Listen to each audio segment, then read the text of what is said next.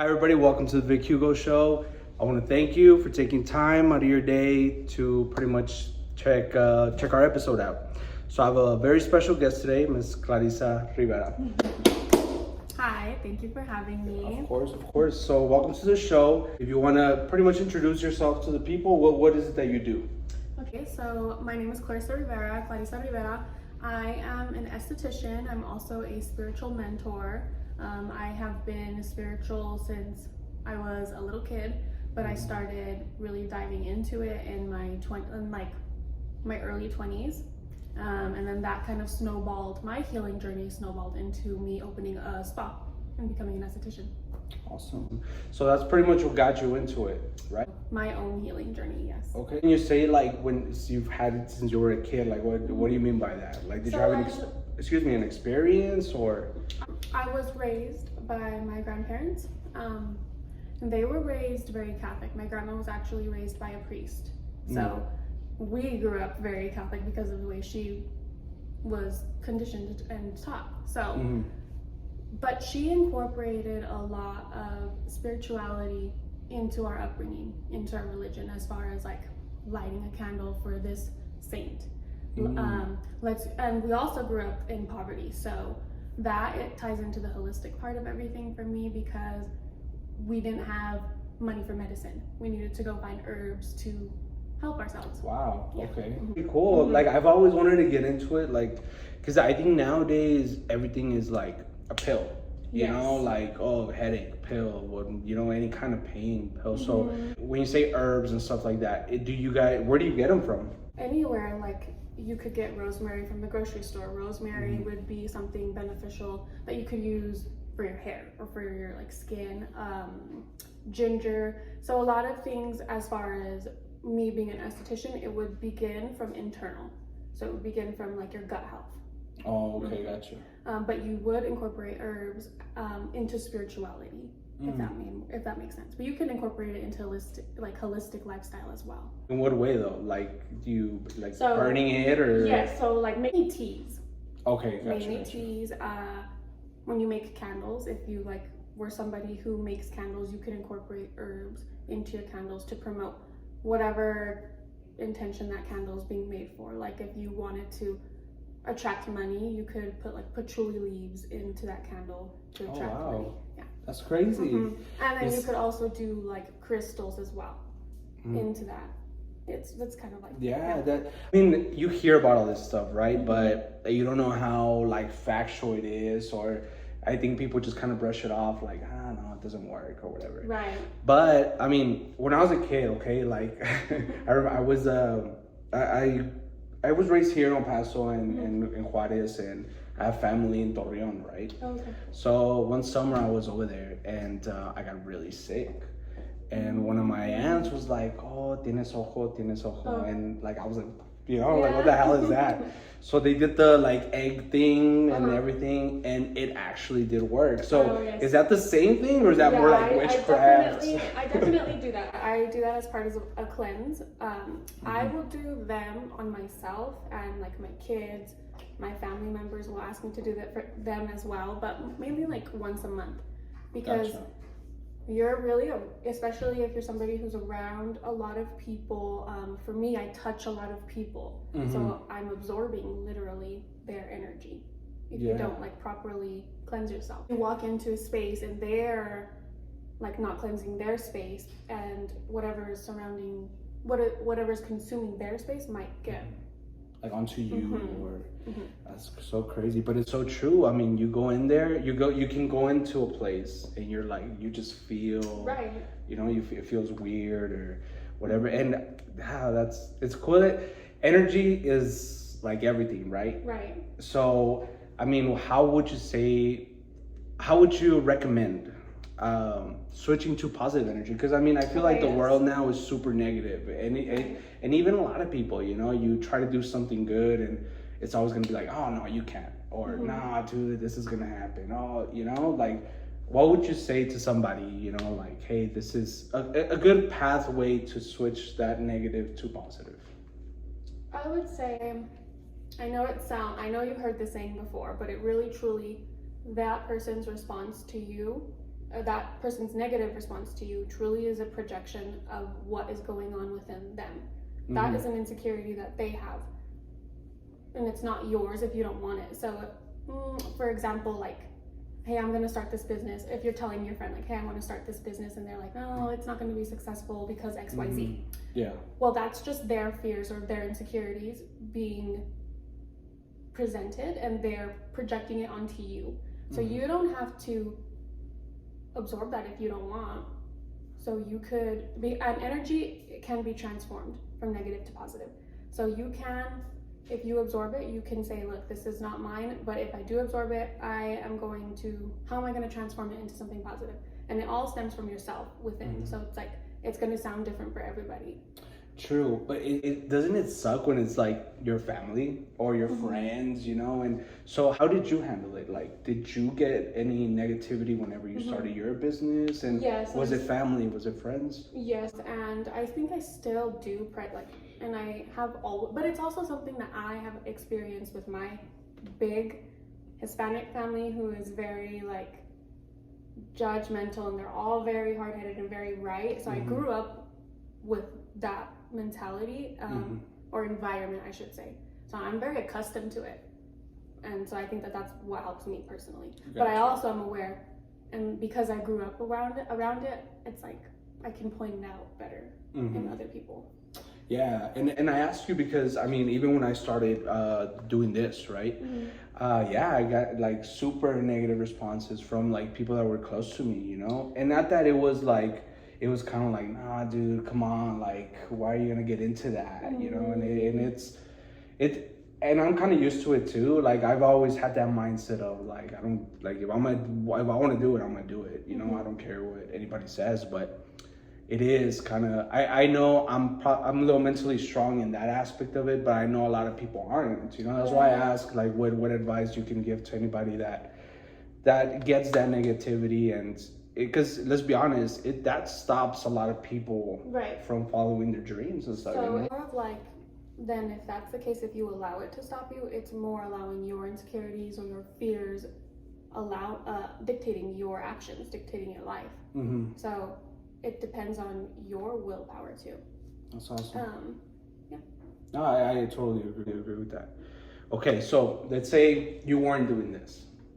What would you want to do besides this, if there was anything else? So I have 2 kids, and actually it was my dream job before this happened. It was actually to be an archaeologist. Oh wow. Yes, okay. I was actually studying that before I got pregnant too with my first son. But I had to medically withdraw because he was sick, and that's part of my healing journey. That was the main reason why the switch happened, or was there anything else? Yes, I had to medically withdraw from MSU. That's where I was attending, and I had to move to Albuquerque because there was no doctors here that could take care of the condition that my son had while I was pregnant with him. And then, especially if I were to deliver him here, like no doctors here would even take care of me because that's how high risk. That's how high risk I was. Like even if I went into labor, I couldn't deliver here. Damn. Well, I'm sorry you had to go through that. That's crazy. But I mean, is everything like good? Yes. So I did experience like death whenever I gave birth to him. He was born with his intestines on the outside of his body, very premature as well. He had collapsed lungs, sepsis, like everything really, really like extreme. And sorry, I didn't mean to pry on that. I don't mind talking. I don't mind talking about it. It makes other people more uncomfortable than me because I've like. Yeah, you already you've accepted it already. I got you. My body like will tremble every now and then because sometimes our body will hold trauma. And like even though my mind is okay, my body might still hold it, and so that's sometimes we still have to heal things over and over again. But yeah. It's trauma, man. That's like one. I think we all have it, you know, and some of us deal better with it than others. But like, what can you elaborate a little bit on trauma itself? Like, I know it's affecting trauma you. being stored in the body. Yeah. Like, okay. So, I kind of touched base on it in one of my videos it's like the emotion being attached to the memory. that's what keeps you in like a fight or flight mode, your brain. So when you're in a traumatizing situation, you're going into fight or flight mode. And you're releasing all of these stress hormones into your body, and that's how your body's kind of functioning, especially when you're replaying this traumatic event and the emotion is still attached to it, because your body can't tell the difference that it's happening right now or it happened 10 years ago. It doesn't know the difference. So that's why you have to work on removing the emotion from it, and you can keep the experience because it did happen. It's not going away. Yeah, it's gonna be there forever. Yeah. But you don't have to absorb or you don't have to carry the emotion attached to it anymore. And sometimes it takes work. And okay, yeah, that was my next question. What steps, or I mean, if you're, what can you take to do that? There's a lot of tools to help with releasing trauma. So my favorite would be breath work, and anything that includes breath work. So that's exercise, yoga, literally meditation, just focusing on breath work, because there's a lot, like we're in 2023, there's a lot of studies that show how breath work and meditation can help your mental health.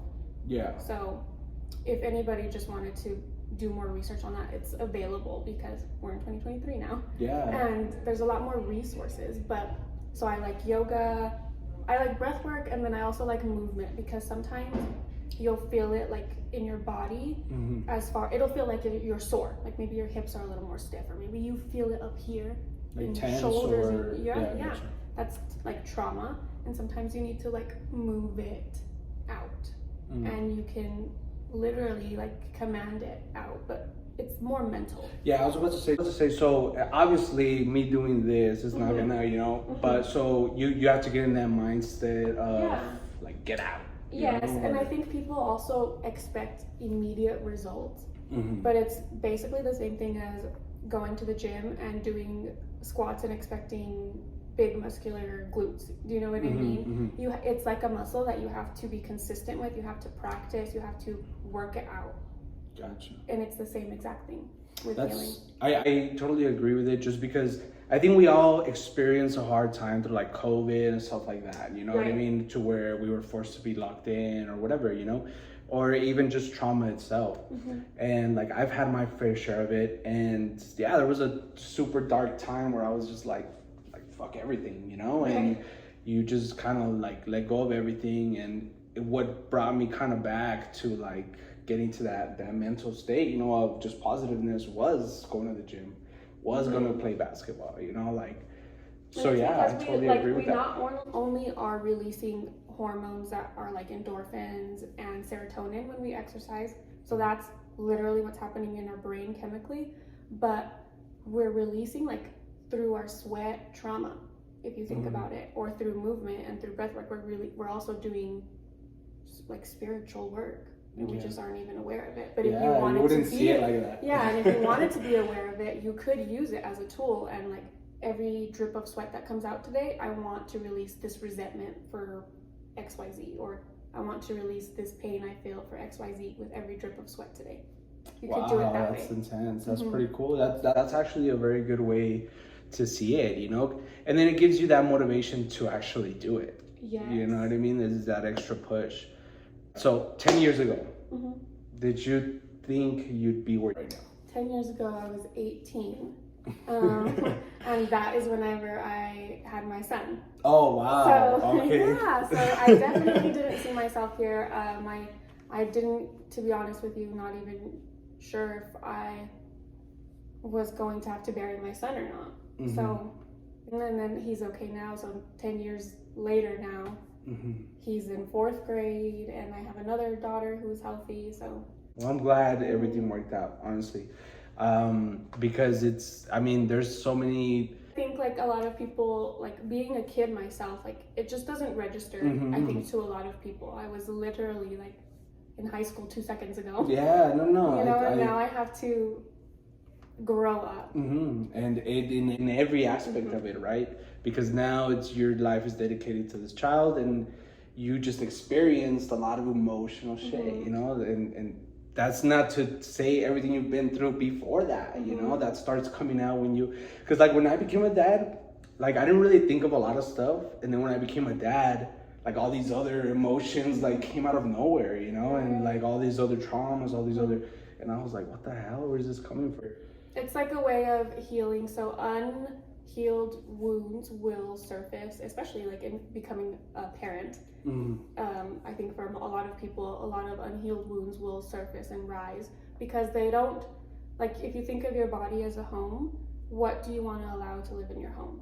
Do you want to harbor these low vibration, stagnant emotions, or do you want to release them and make space for like a new couch? Do you know what I mean? You have to think of it in the aspect, your body is a home. What do you want to allow in it? And I don't want these traumas here anymore, but I do want happy experiences with my son now instead of these traumatic experiences. I totally agree with it, but I just, because as a Hispanic or Mexican man, you know, like you're taught, like, no, that's, you know, bring in the new couch, but the other couch, we're going to throw it in the backyard, you know, like you're going to hide that. You have to be grateful for what you have, like always. Is that what you're saying? Like we were taught that, like almost. Well, not so much grateful, but kind of just like, it happened, forget about it. You know, like when in reality, it should be like, nah, I got to deal with this. I can relate to that, obviously, because my family is the same way. Like, no te agüites. Sí, like, get over it, you know, like, and it's like. But you're fine, like, and that's exactly how my family was, and I'm pretty sure that's why I'm here now. So just what helped me with that, facing that, is I can't change them, I can't control them. They can control if they want to deal with things on their own. But now as an adult, I am more than capable of facing my own wounds. I don't need them to give me permission to anymore. Yeah, and that takes a lot. So that's props to you. That's props to anybody who's at that point. And you can be shamed actually for it by your family for wanting to feel the emotions. Especially I think in our culture. Yeah, because like my uncles, my dad, you know, like it's machismo. Right. You know? I grew up in a different time than they did. They had to because they had to eat. They had to provide for their family, and also like men are just genetically wired differently than a woman. So you're wired to provide and to not feel, because generations and generations of men, that's just all your purpose was. And so you have to carry that, but you have to carry that with you now, but you can also not limit yourself. You can allow yourself to carry healing emotions, you know? And I think, and going based on one of the videos that you posted, right, like the ego thing, I think the ego is plays a big role in it, because you don't want other people to see that side, you know, and you're just like, you're gonna want to put that, like, you know, like I'm a man kind of thing up front, but in reality, it's bad to do it, you know, like for your mental health. Like it may be like, oh, este güey está cabrón, you know, but it's in reality, it's like I'm dying inside, you know. Yeah, and we don't want that anymore. No, and like it's more accepting. And it's more accepting, and we're honestly just doing more damage to like our children by not teaching them healthy ways of emotional intelligence. Yeah. See, I saw, and tell me, okay, I'll ask you this, and you tell me if you agree or disagree, right? So you know who Andrew Tate is, right? Yes. I think at this point everybody does. So there's this clip that he says that, right? He's like, if you're a man, fuck emotions, right? You gotta fucking just keep going. Like, don't deal with your emotions, keep going. I agree with it to an extent. What do you think? Stuff that he says, I might get like canceled, but I like low key, I can see where he's coming from. I can see the point, but then I can also see another point. Does that make sense? So, no, so I agree to a certain extent as well. I guess I'm on the same page as you. Like, don't show your emotion. That's ego coming in. That's stepping in, wanting to protect you. A boundary, a wall being set. Also, we need them. They're healthy to protect ourselves, right, from harmful situations. But sometimes we can be viewing things from a wounded perspective, and it's not a wall that's protecting us. It's a wound, and you're viewing it with lenses that are wounds, if that makes sense. Yeah. So you have to use your intuition. And that's why it's important to, even if you don't want to show it the world, like as a male, that you're feeling these emotions, you have to just face them with yourself. Like just sit in the car, sit in a shower and face them with yourself. You don't have to show the world, but just make sure that you can look in the mirror and face it yourself. Yeah, you're okay with it. You're at peace with it. And that's what happened to me too. Like growing up, I was very in tune with my male, I would say, energy, because it was like, don't show emotion, and like, yeah, no te agüites, like get up and you have to keep going. And I'm pretty sure that's also what made me successful. Yeah, no, yeah. It's there's the positive and there's the negative to it. Yeah, yes, definitely. But there is a point where like I can't really get help from anybody else, so that's why I'm here. And truly, I'm like my only tool. You're your only like shield, and you're the only one that can heal yourself. Well, I'll say this. You're 28, you said? Yes. And you're already realizing that. I'm 34 and I barely realized that a couple months ago, you know? But it's also because, like, that was your environment, you know? Yeah, not true. And it's, I don't know, well, I guess it's different, but I like the ego versus intuition thing because it is a super thin line, you know? And you got to be able to tell. Yeah, I think I really want to preface that it's gonna feel, that little voice in your head that is your ego, it's gonna sound like, why are you gonna do that? You can't do that. It's gonna sound like that little doubt, that self-doubt voice in your head, or that one that wants to belittle somebody, like, no, you're better than them. You can't do, like, you shouldn't even stoop. You know what I mean? Yeah, it's that little voice. And when it's your intuition, which is connected to like your higher self and like an angelic point of view, it's going to be delivered, and it's going to feel almost like a mother nurturing a baby. It's going to be delivered in that form, like nice, gentle, and loving, like a mother would. And that's how you can tell the difference, and that's the voice you want to listen to. That should, if it doesn't exist, that should be a title to a book. You should write it. It's pretty cool, and it's catchy. It's catchy. It's super catchy. Thank you. Actually, I don't want to take all the credit for what I just said, because I read it in a book called Green Lights, and he was like, we all have a good wolf and a bad wolf. We just have to feed the good wolf a little more. Talking about books, give me your top 3 books, or just top 3 books that you've recently read. Okay, so I actually really do like Green Lights. I just referenced it from Matthew McConaughey. It's really about his his journey as well, and he's very spiritual. So yeah, he's one of the actors that I'm like, I love that dude. I really like if you can like read between the lines of everything in that book. There's a big message there, and I really like it. And then I really like one. It's called Becoming Supernatural. I forget the author, but I read that one and I really liked it. It really helped me understand everything. And then I read romance books.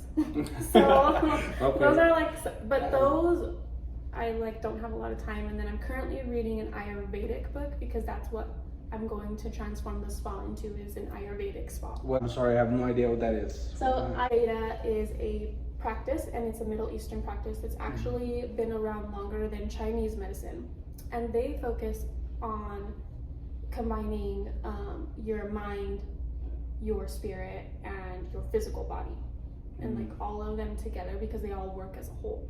And I truly believe that, so I'm going to follow that. And it stems like from nutrition. Like they're gonna specialize. You're gonna have like a specialized nutrition diet for yourself, and everybody is custom, because everybody's like journey is completely different and their goals are different. So yeah. So nutrition wise, like do you eat all kinds of food, or is there certain food that you just stay away from? So I know based on like frequency and energy, right? There's certain food that gives you the certain energy. So what do you stay away from? I am actually, as far as my nutrition, a really big faster. And I actually used to be overweight, but I also, and this was back in my like younger 20s when I had a lot of trauma stored in my body as well. So I don't want to like say it was just my diet, because I believe that I had a lot of trauma that I had to release as well, and that was stored in my body. But my diet was like really bad, and whenever I changed my diet, my mental health was the first thing that changed in a positive way. My gut health, like I really believe it controls everything. Like whenever I'm not eating properly and I'm eating out a lot, everything in my life starts to go to shit, basically. So whenever I have like a good diet, it's like a good foundation for everything for me. Gotcha. Well, I don't know if it kind of goes in line with what you do here, but chakras, right? Right.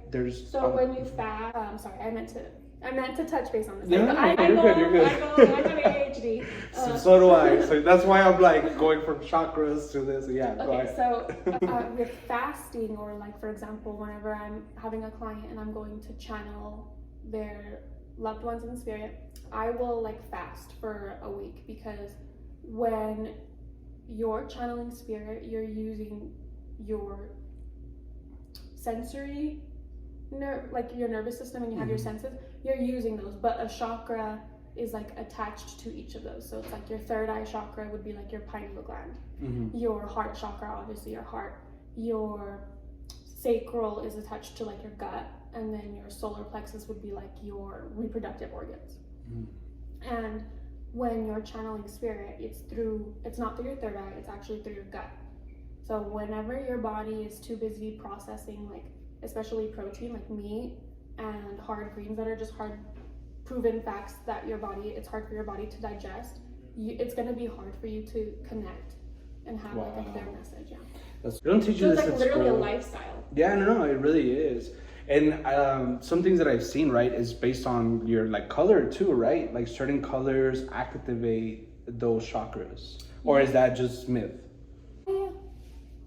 I don't know. I guess I'll have to see it. I can answer that, but I do believe like I'm wearing black today for a reason, because black is like a symbol of protection. So there's that. That's crazy. Yeah, so if you like naturally wear a lot of black, you might be in like a work scene, or your career might mean you're around a lot of people that you need to be a little more protected energetically.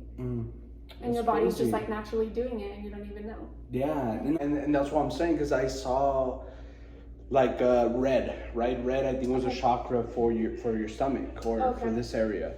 And that's why all the fast food chains have like red, orange, like there's certain colors that activate that kind of makes you feel like, oh, I want that, you know, or whatever. It's pretty crazy. You learn stuff like that. Like the other day I had a client that was like, I saw that you shouldn't do this on a new moon. And I'm like, oh, let me look into that. I feel like you should always be a student, no matter what. No, yeah. That's what I'm saying. I don't know how factual it is. It's just something that I saw on social media, which we know that's not a sense of. I like to learn stuff. Always be a student, no matter what. No, of course. And that's why I'm like soaking it all in. Like, this is cool. And especially because I've never, I didn't really start getting spiritual till, like I said, a few months ago. You know, I was always, there was a point where I was like, nah.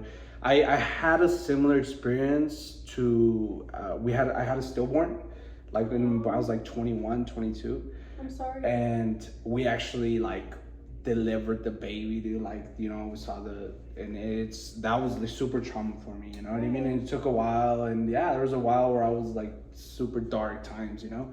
Yes. But I had a really crazy experience, and then you start, you know, like, hey, this is real, and just something that I had to go through. Things that you kind of have to go through. You see now, but I have my 2 kids now, so now I'm like, they're my, you know, and I mean, of course, they're your kids, you're gonna feel like that. Do you have like really intrusive thoughts now? What do you mean? Like when you drop your kids off at school or anything? Oh, because yes. I do. Yes. I think it's a trauma response. Yeah. I'm like, no, get into the car and I lock the door right away. I start looking around, you know, like, yeah, it is crazy. Like, I see somebody with my kid and I'm like just, you know, and I think the worst, and it sucks. Yes. But so that's something that I struggle with as well, that I'm trying currently to like reprogram. And so it takes work.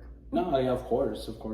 But it's, in a way, I see it as it's a good thing, because I would hate for me to kind of slip up and then something happens, and then I'm like, I would hate myself for that. Not to like let it control you. You could still like have that there, so that way you can not experience something really potentially scary. It's just more of a preventative, but you could also be in the present moment with your kids too. True. And enjoy it a little more. Okay. So one last thing, just because we already reached the limit. You already made me go over the limit. No, I'm just kidding. Frequencies, right? Okay. So I seen a video. You were talking about frequencies and how it actually affects you. I know I saw this video where like it's water, right? And then they play different vibration of music, and it changes the way the water moves, right? So obviously it affects us the same way, right? Do you stay away from certain sounds, music, you know? I do. Because of that, you I do? And I don't want to like, it's just personal preference for me. Of course. So everybody's music taste, first of all, is going to be different. So like when it comes to music, I will stay away from music artists that I'm pretty sure like follow a belief that I don't want to go towards, if that makes sense. Yeah, definitely. So I'll be like, I don't think I want to listen to them, and I don't want my kids to listen to them either. And I also tend to listen to, as of now, a lot more older, like oldies music, because I just feel like I don't feel as affected, if that makes sense. I don't feel in a bad mood, or I don't feel like I need to keep changing the song because I'm not finding the right song. And when I listen to oldies, I just feel like there's nothing hidden underneath the frequencies. Yeah, it's just straight up talent. Yes, and I feel okay. So. No, yeah, same. And I used to be a real hip hop, like, you know, excuse me. Sorry. Yeah, I still am to an extent, but it's that early hip hop that, you know, that now I think is just too like agenda driven, you know, like they're trying to push something. And yeah, it sucks. Yeah. Now, I've been listening to, like, when I meditate and for my facials, I will do a lot of like Native American flute stuff. Yes.